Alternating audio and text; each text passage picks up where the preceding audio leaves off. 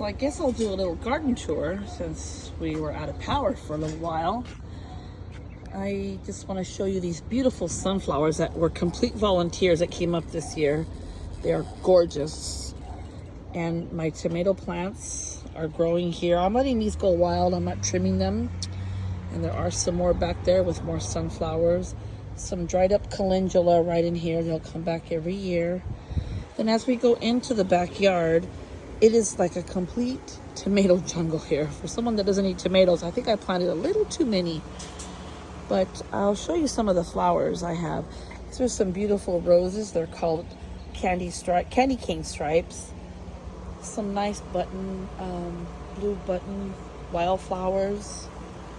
And it's just, everything is just growing abundantly here in this garden. So I'm gonna go over some varieties of these tomatoes. These are the heirlooms that I got at Cal Poly.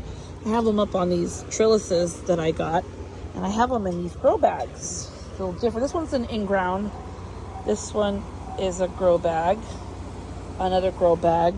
A lot of weeds here, but I always gotta be de-weeding. Another grow bag, and they seem to be doing really good. And there are lots of tomatoes already on here.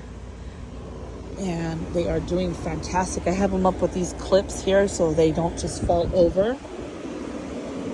And I have some hanging plants off of this trellis that I put up so I can grow some stuff over it with some hummingbird feeders. This is my first year ever growing dahlias. Aren't they gorgeous? I got them as starter plants at Farmer's Market, and I'm gonna see how they go. More hanging plants. I have some strawberries here. Another beautiful sunflower growing up. These are all volunteers.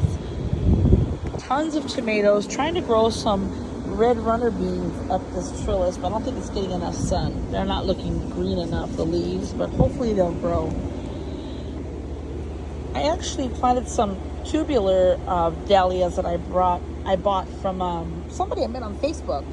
She raises them, so let's see how those grow. And let's just take a little walk down through here. These are all going over the trellises, these tomatoes. These boxes here were garlic, and now it's gonna be corn and squash. I'm gonna do a Three Sisters in here. I have some beans growing in there too. More tomatoes, more zinnias growing in here with some cucumbers growing up this trellis, little trellis here. And just lots and lots of beautiful flowers. More beautiful flowers over here. Some leftover kale from winter, but it's growing. Still, I've taken all of the leaves off. See how tall it gets. Some chamomile. Some Brussels sprouts that are still growing. This is a tomato that I tried to make a homemade trellis, but I don't know. I saw something I liked on, I think it was Instagram, but I think maybe I'm not meant to make anything out of sticks. Doesn't look too good. And I have some giant pumpkins growing back there. They're just taking off. The strawberries are still growing. Everything out of the green stalk is growing. Most of the onions are out of the green stalk. Now it's just berries that are left over. This sweet pea really took off this year, and it's still going. I'm gonna let it go until it seeds.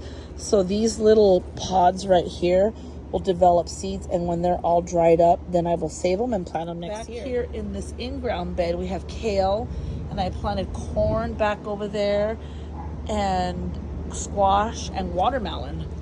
So we'll see how that comes up. Artichokes are done, so you usually just chop them down, and the next year they come back. They are perennials. There's a sweet potato right there growing, so that should be really good for coming up for fall. More tomatoes everywhere, peppers, and this is called Berry's Crazy Cherries. They're crazy, all right. There's a ton of them on here. More over here. And I always like to go through this trellis when it gets all full of tomatoes. It looks so beautiful. And if anybody, just out of curiosity, wants to know that sign that says Stimson from La Puente, it's actually my mother's childhood home. And my grandmother had gardens and chickens when she lived on Stimson. And my mom had the sign. When they changed all the signs in the city of La Puente, they gave her this old sign. So I kept it here as a memory of my mother's childhood home and of my grandmother, who was very, very influential in my life. So this is for you, Grandma. Some cucumbers growing up here on this trellis that I have here. They're in there. They're little. There's some bees in there pollinating. And they're pollinating away.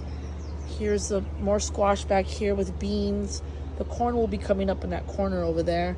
The kale seems to last all summer here, so it does pretty good all summer. I feed it to my tortoise. More onions. I don't know if they're going to make it through, but they might. Some sage, some herbs with some oregano, some salvia back here. More tomatoes. And back here I just have more boxes with squash, tomatoes, and then we're going to go check out the peppers back here. See what's going on with the peppers. Of course, berries, crazy cherries. They're in abundance. These hollyhocks really took off this year. I didn't imagine that they were going to get so big. Every year they get bigger and bigger. And the one out in the front yard got to be like 12 feet tall. And this one is just falling into the tomatoes. But as long as they don't harm each other, I'll eventually have to take them down, because these tomatoes are going to need more space as they get bigger and bigger. They're just so much space in here. And these are the ones that are in the grow bags. And this is the pepper box.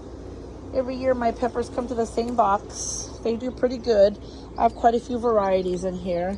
I planted some red dahlias or some scarlet dahlias underneath this volunteer sunflower that gets huge.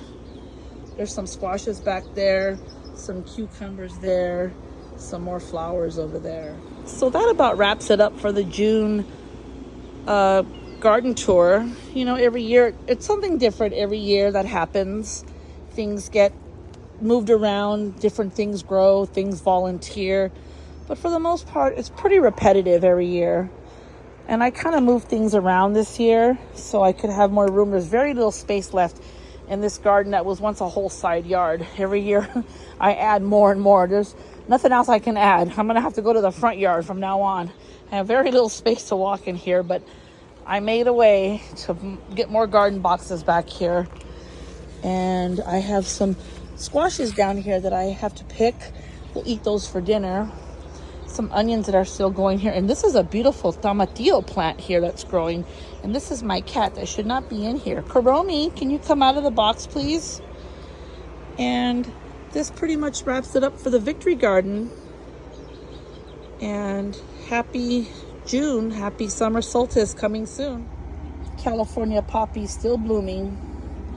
They will drop their seeds and come back every year. These roses did really good here in this corner. Put them up on this trellis, but they are really pretty. This tomato is going wild. Oh, I love these blue. They're like a bluish purple flower. The pollinators love it, and it'll make seeds, so it'll come back next year. Marigolds as well. My beautiful sunflowers. And this is another season for the Victory Garden, and that tree that you see back there is a mulberry tree. This is a complete edible garden, and I love every square foot of it.